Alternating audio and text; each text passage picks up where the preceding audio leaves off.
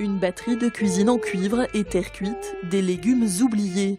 Dans son exposition temporaire, le château de Kerjan plonge le visiteur au cœur des pratiques culinaires de la Renaissance. Avec une volonté, faire participer le public aux humeurs gourmandes de l'époque, expérience auditive, olfactive et tactile garantie. Souvent, on a une image assez négative de nos ancêtres et en réalité, il y avait vraiment une codification des manières de table qui existait dès l'époque.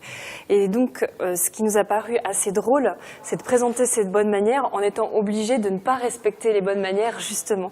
Donc, par exemple, dans ces gobelets, on peut entendre des citations d'Érasme, donc Érasme qui avait écrit un traité des bonnes manières au XVIe siècle. Le repas de la Renaissance est marqué par l'apparition du livre imprimé et l'arrivée de nouveaux produits.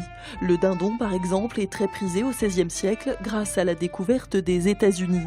Toutes ces trouvailles sont vectrices d'innovations culinaires qui inspirent encore la gastronomie française contemporaine. Alors aujourd'hui, c'est vrai qu'on mange le melon en entrée et on l'accompagne souvent de Porto et de jambon sec.